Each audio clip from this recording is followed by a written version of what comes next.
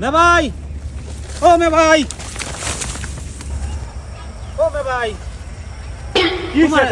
তোমার যে দুপুরে খাইয়া কইলাম 10টা মিনিট বহ, একটা আলাপ আছে।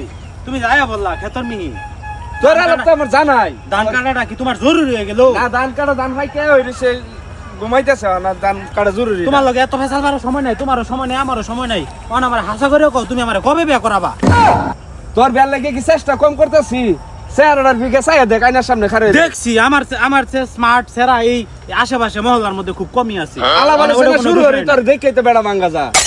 এইরকম কোনো বিয়া ভাঙছে না আমার দেখা ছাড়া।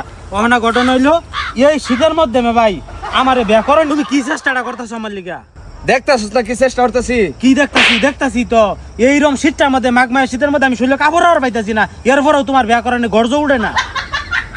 তোর কথাবার্তা হইন না, আমার মনে হইতাছে মাটি ভাগ হইতে আমি হান্দাইতাম গা। নিজেরা তো ঠিক আগে বিয়া করিলে বইরিছো বয়স হওয়ার আগেই।